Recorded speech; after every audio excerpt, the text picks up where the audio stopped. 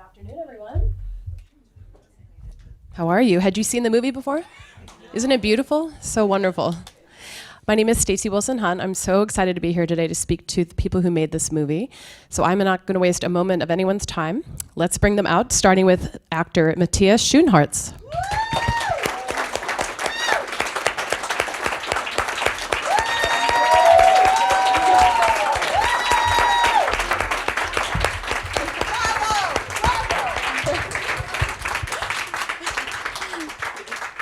I couldn't agree more. Major bravo. And co-writer and director Laure de Clermont-Tonnerre.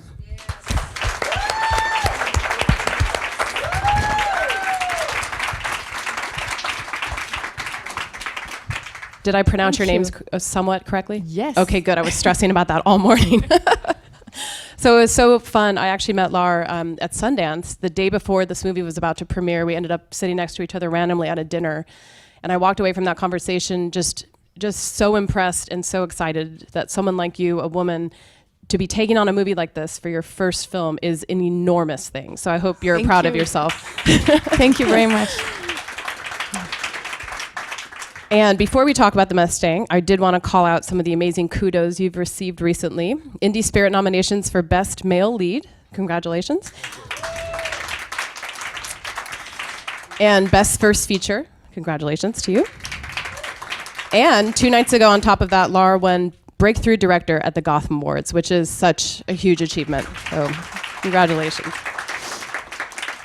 And I must also say, since I'm obviously geeking out here, Laure also directed and produced The Act on Hulu. Did you guys watch that? The Patricia Arquette, Joey King? That's hardly her contribution, so this woman's on fire, I think it's safe to say. So before we talk about the movie, we always want to talk about your backgrounds and how you got to this place. Matthias, I'll start with you. In doing some research on you, you've had an interesting life so far. Thank you so much. Yeah. And you had more than a few passions growing up, and they included graffiti art, soccer, Yes. and acting. So I'm curious how you found yourself engaging in those activities, and how did acting win out among those three as the thing that you decided to devote your life to? Well, some were actual choices, others were coincidences, and others were accidents. One of the accidents was that my father used to be an actor, theater actor mostly, but he was also very passionate about painting. So growing up with him, I was surrounded by his works because he loved to paint. When he was not acting, he was painting sometimes. This was in Belgium? In Belgium. Okay. Yeah, he was painting the entire apartment, actually. He was it was like the canvas was too small, so he's like, hey, let's try the wall, let's try the floor. So I was surrounded by this universe of paint, and that obviously subconsciously affected my desire to paint as well. And then there were all these books, Van Gogh, Gauguin, all these books that inspired me. So that was my very first passion, which started with drawing, of course. But then as I grew older and I started, walking around in cities, I saw these murals pop up, and then that affected me and inspired me, and eventually that led to me becoming, at a very early age, starting to become a graffiti artist. And how is that art received by the police? Is this something that, can you just start going around doing your thing, or is that something that is, frowned upon in Europe? I don't know how this works, actually. Well, it was considered to be illegal, okay. But of course here as well. I want to make a big, division between vandalism and actual trying to There's paint a lot of beautiful mural. art, wall art in LA. It's Yes, just everywhere. absolutely. And nowadays we see that street art and muralism and graffiti has evolved to a much more acknowledged. You see it everywhere. Wherever you go in the world, every major city, you see these huge murals, beautiful art popping up. So we see that this art is really developing into something else and gets closer to the people. It's not as a form of protest for many too. Absolutely, but it's not somewhere. It's not some rebel art anymore. Right. It's more acknowledged, more appreciated. And then sports. Am I giving way too long? No, answers? this is great. Okay. No, you don't. We don't interview a lot of people who played soccer and did graffiti art and then became actors. So yeah, this is rare. No, I think everyone in here. We were all kids. We all did so many things, and then. So soccer, yeah, that was my biggest passion in life up until I was 16. And then acting started with my dad as well. I met my dad. That's a long story, pretty personal, but I met my dad when I was 8. That's a long story. I'm not going to get into that. And then we ended up performing a play called Le Petit Prince by Antoine de Saint-Exupéry. That's how we actually got to know each other, by performing that play. It's an amazing story. Yeah. There's a lot to it, but do you have a few days? Yeah. We'll do that for our next event. Yes. The deep dive. And so obviously that affected me on a very deep level. And then of course you go through puberty and all of that, and then you distance yourself from everything that has to do with your parents, and then you go into that rebel kind of attitude. But then eventually, the undeniable desire to get into it when I was 21, got me signing up for the exams to get into the National Academy of Dramatic Arts. And all of a sudden, I'm here at the SAG Awards 20 years later, and I don't know how it happened. That's an amazing story. Thank you for sharing that. And Laure, you actually started as an actor. Tell me a little bit about who was the first person who exposed you to it, where you thought, "Ooh, I want to try that," or was it something you saw on film or TV? Actually, my parents are film producers, and so I started. I was 5 years old, which I don't know if I really decided, at 5 years old. But they put you in their movies. Yeah. But they knew that I was really, because I was always traveling with them on set, and I was fascinated by what, everyone's roles on set, and observing like the actors. And obviously at 5 years old, you like costumes and decors, and I mean, so there was like this big a film that they were doing about French Revolution, and I was supposed to be one of the extra. And it was a very complicated scene with a lot of direction, a lot of people, anyway. And I was in a little car, and I thought that the purpose of being, in front of a camera was to look at the camera.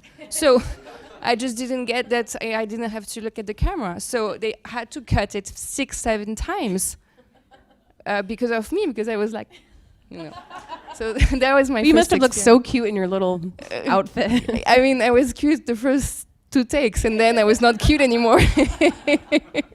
So, yes, and I it was a kind of a gift to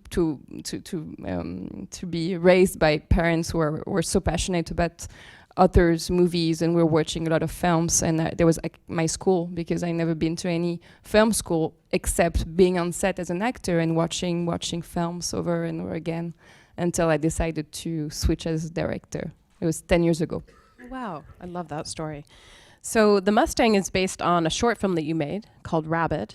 Tell us a little bit about, first of all, why you explored this, sort of loosely based on the very different mechanics in the piece, but how did you settle on that story in 2014, and then how did you decide to extrapolate the short into the future and the changes that you made along the way? So this is an article I read by coincidence in a French magazine, and it was about this therapy in Strasbourg with small animals and inmates. And when I read this article, I got really intrigued and very passionate about this mix between the poetry of the animals and the very aggressive environment of a prison. And I wanted to see what was really happening and how was the partnership. So I spent a day there. I got very moved by what I could observe, and I wrote and directed Rabbit based on that experience that we shot in Rikers Island, which was a fun location. How difficult was it to shoot there, by the way? We got lucky that we had the moment. Now it's not possible anymore, but at that time they had this abandoned building that they had to renovate, and so they were hosting some shootings. And now it's not possible because it's been now like renovated and they have more inmates inside. But it was, it's this atmosphere of being completely, it's an island, and sometimes they say, look, if there is a problem, we might just shut down the island, so you are stuck with us. We're like, okay. That would have been, that would be a good movie too, actually. Yeah, it's like a horror film. Exactly. I think that's called The Rock. Maybe that's The Rock too. So the movie was well received at Sundance. So, yes, and I was not done with that subject. I thought it was something about the sense of punishment and like some rehabilitation programs that needed really to be explored, and I thought that educating people instead of incarcerating, I mean, that's some question that I needed to explore a little bit deeper. So I kept reading articles about this animal therapy, and I found this prison in Nevada with wild horses, and from the rabbits, then I switched to the horse and spent time there of research, and that was really allowed me to deepen my character and my story. And also with the help of Sundance, that really helped me to write and to develop everything.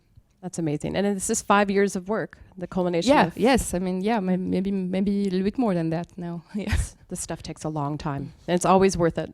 So speaking of Sundance, you had one big fan there in general, someone named Robert Redford. Tell me how he became a producer on Mustang.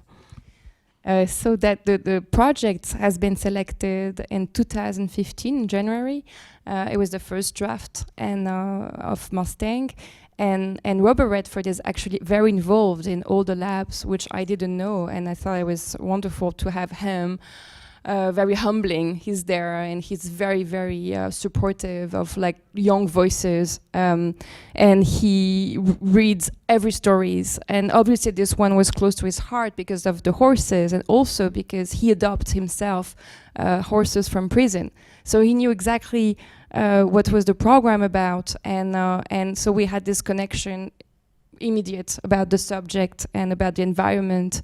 And so he decided, and I was so honored and lucky that he wanted to make sure that this story was going to be made. And he said that that he was kind of godfathering the project and make sure that I was, going to make it, which was a tremendous honor. Huge. That's so amazing.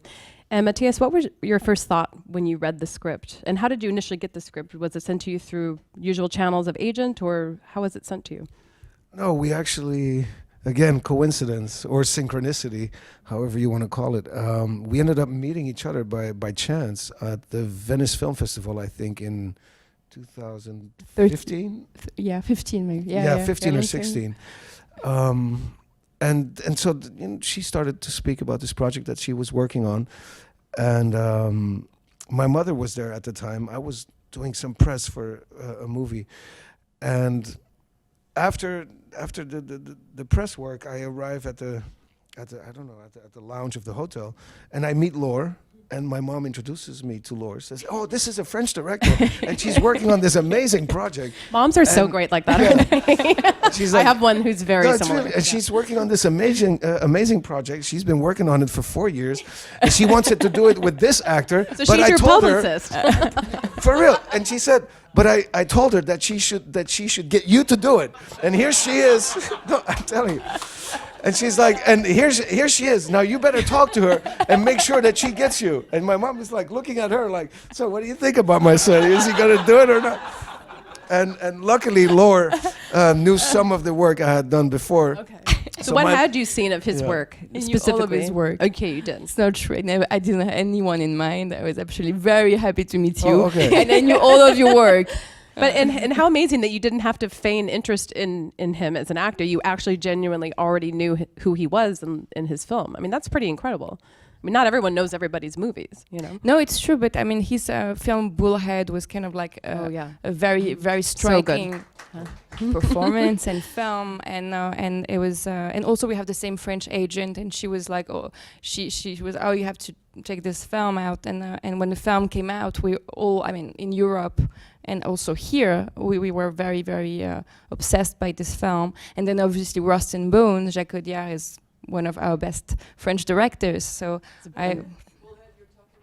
Bullhead and Rust and Bones. With Marion Cotillard. Yeah, Rust and Bones. It's an Bones. amazing movie. And I think at the time we met, it was when you were doing Danish Girl and also the drum. Yes. So I knew his work. Yes. Okay. And bless your mother. My mom was fighting for the cause. She was like, "My son is going to do this movie." That is one of the most charming stories I've ever heard. But then Laure started talking about it, and immediately I was touched by, first of all, the urgency of the matter, because I think the story of transformation is a very important one to be told, because I think it's probably, I love stories that tell the journey from dark to light, Right. from within the most unlikely of places or situations, because I think it requires an enormous amount of courage, and it requires also an enormous amount of support by people around these individuals. And I thought that this story, would tell that in a very poetic way. You have the contrast. You have this desert, you have this magnitude, this open space, and then you have the confinement of what a jail is.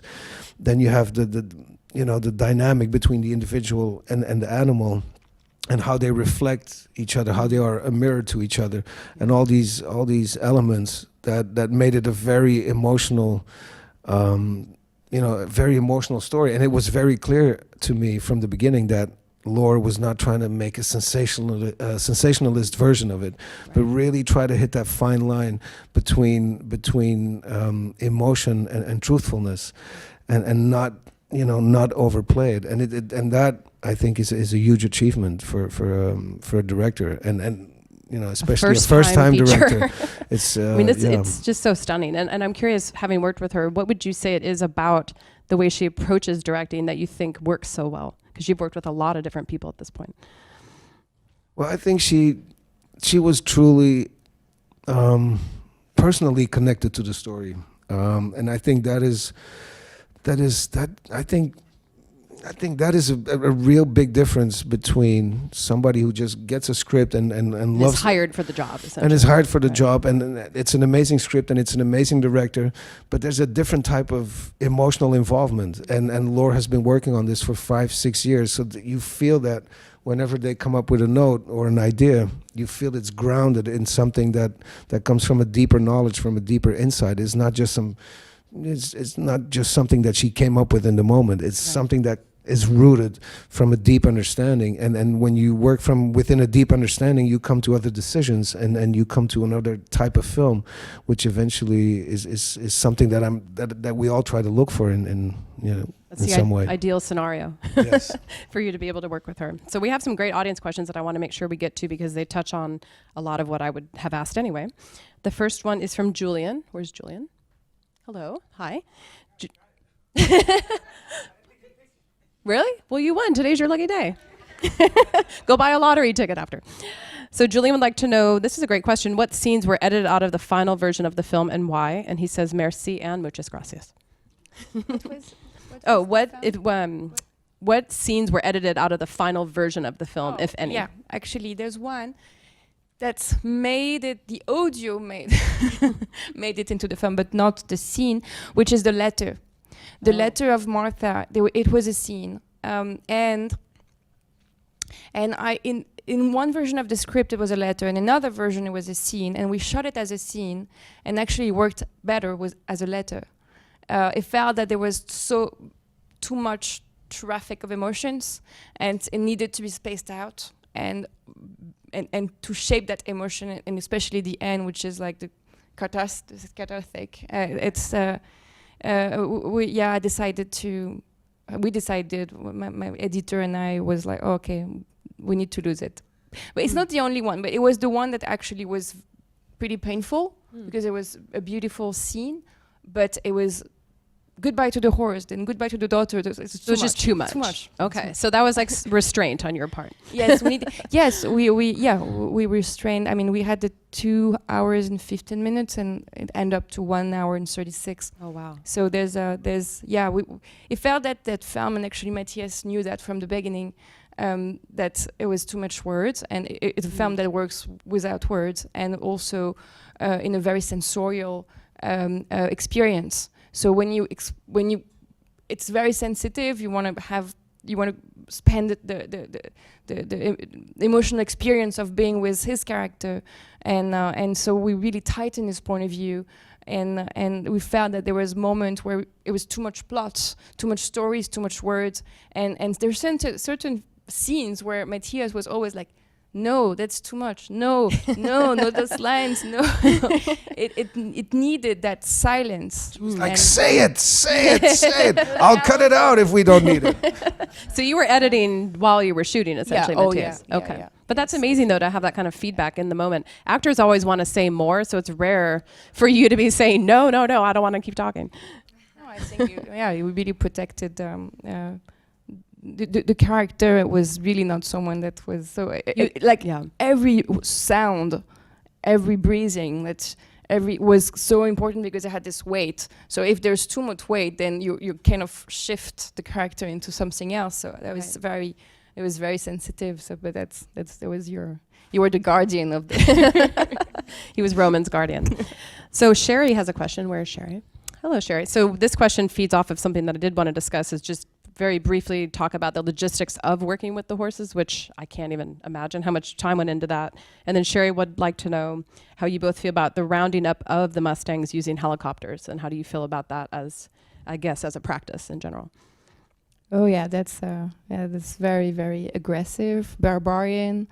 I'm definitely very personally angry about this method, and I think every people who love nature, environment, horses, animals in general feel the same way. There's a real issue with wild horses. There's an overpopulation of wild horses. So the Bureau of Land Management is trying to control this population by sterilizing the mares. And by doing that, they need to round them up. And the question is like, why would you do that? Why you cannot just, come to the habitat and treat them and make sure that. No, they just do that because it's easier, because it doesn't cost that much money, because it's so you have 10% of horses dying each time they're doing that. They will make sure to hide it from, but people are trying to kind of elevate the scandal and the awareness of not doing that and forbidding it. But yes, the real question is like there's like they're doing that also because of the overpopulation, but also because there's not enough habitat for them anymore, because the lands are for the cows. Cows bring money back, horses don't. So it's a money issue, as every issue. And I have to say, I was ignorant of that practice before I saw this movie. I just had never witnessed this in literally in real life, and it's very disheartening. And we really wanted to, because we wanted to also have this very epic and violent beginning, which is a captation of the reality. Obviously, we didn't stage that scene. We just had cameras and were able, because we had this big lenses to capture most of it. And they cannot, because it's a public space, they cannot forbid you to be there. So we were there with activists, angry, capturing those moments, because I wanted the film to start with this anxiety. And obviously the identification of the anxiety of those animals and those men of being abused and brutalized. And then just tell us a little bit about working with these animals. What was your exposure to horses before this? Were you comfortable with them? And were there any moments where you were very, very scared? The emotions went the entire, both sides of the spectrum. There was moments I was so touched by them, amazed, and then there were moments that I was utterly scared because I was completely untrained, so I had to start from scratch, which is a pretty intense place to be. You didn't have to act in those moments. You were just being yourself. No, like 3 weeks before. Of course, I did a couple of sessions, but we got into it intensely, like a month before the shoot, which is still quite, very tight. But it's just jump in and just surrender and hope nothing goes wrong, and really try to get into that space where you really synchronize with the animal. That's was the it only the thing same you horse? Was there consistency with the same animal? No, we had three horses. Okay. I remember 2 months before we started shooting, I also came out to the U.S. and we visited a ranch, and we were still looking for the horse that we were, trying to find that magnetic presence. And so we were training at a ranch, and then I wandered off to another part of the ranch, and I saw this buckskin horse, and I was like, that's my friend. That's him. So I went back to Laure. I said, Laure, come, I have him. This is him. And then she said, yes, but we have to find 3 of them. We have to find one that is completely trained, one that is half trained, and one that is completely wild. So, and the buckskin is apparently not so easy to find. But eventually Laure made it happen. And what were those horses' names? Just so we give them credit, because they were great as well as performers. Well, Luke is the main horse's name, and is on a ranch with the producer. Yeah, we adopted Luke. So Luc lives in Burbank, and Where all the great actors live, ultimately. Can we go visit Luke? How do we say hi to absolutely, him? Luc is Barn E in the Equestrian Center in Burbank, and would be really happy to have some visits. Oh, that's a great campaign event for you guys. Come say hi to Luke. Exactly. Well, congratulations on your work with that, because I'm sure that wasn't easy. But had you not taken those risks, I don't think the movie would have felt as real as it did, because you felt his fear, but also that's what made us so invested, I think. So if you'd been a master horseman, it wouldn't have been as exciting. Absolutely. So thank you for taking that risk. And then finally, Margie. Where's Margie? Oh, hello, Margie. You win as well. Oh, excuse me, Margie. Thank you. So this is a question I was going to ask, but I would love to know, as Margie would like to know, what is next for each of you after this incredible achievement? What is next for me? I just wrapped on an incredible experience, like literally a week ago. I just wrapped a movie with a director that you all know very well, I think, Terrence Malick. Yes, we've heard of him, yes. Yes. What was the Terrence Malick experience like? Like nothing I've ever lived before. I think every actor that ever worked with him would say that, but it's really true. It's a unique individual with a unique mind, with a unique way of working, unique energy. We shot in 7 countries. We were in the mountains, in the desert, in the sea. He's very discreet, so I should respect his discretion and not reveal too much. But it's a biblical story. So yes, we were all over the planet, and I just wrapped it a week ago. So I'm still. It's weird You're to be back adjusting to real life, right? It's really weird to be back in the urban world and cars and airplanes, and I'm like, I've been having to talk to people again too. Yes, I've been so far away from that for the last couple of months, so I'm readjusting. I'm trying to pinch myself if I'm not dreaming here. So that was so the next experience. I need a little tiny break, so I need a bit of oxygen. So I'm gonna go to Cuba and regenerate, just soak up some oxygen and soak up some life, and then I'm gonna work with a friend of mine who's an artist. You might know this artist, JR, who did the documentary Faces, Places with Agnes Varda. Last year he was and he's doing a project in Cuba, and I'm gonna visit him and help him out there, and And didn't you also far away from cities, far away, just in We're the jungle sensing a pattern and, here, away from big urban areas is your preference. For now. now. I love cities as well, but I'm into the jungle and the sea now. Yeah. And didn't you also make a documentary about a friend of yours as well? I'm still working on You're that. still working I on might that. still work on it for another 10 years. Really? Yes. And this is a friend of yours who's an MMA fighter, is that right? Well, it's more complex than that. Okay. It's a childhood friend of mine who has a very has had a very complex life and is still having a very complex life, and so it's a portrait that will take its time. Right. Well, I can't wait to see that. And how about you? I have imagine your dance card is full, as they say, with scripts and offers. I'm trying to write my second feature, which is hard because I had so much passion during this one that everything compares to that feels like, So I don't know, maybe I'm just a director of one feature film and now I have to find something else to do. I might just go with you in Cuba and, in the jungle. That does sound fun, I have to say. No, it's like, it's now going back to, I did the act, which was wonderful, but it was something that I hadn't initiated. So now it's time to go back to my roots as a indie the young director and I need to find my next story. So I'm writing one. I don't know. Let's talk a little bit later about that. Right now I'm a little bit in the fog, but. Well, whatever it is, I'm sure it'll be amazing. And congratulations to both of you on this movie. It's quite an Thank you. achievement. Thank you all for coming today. Have a great one. Bye.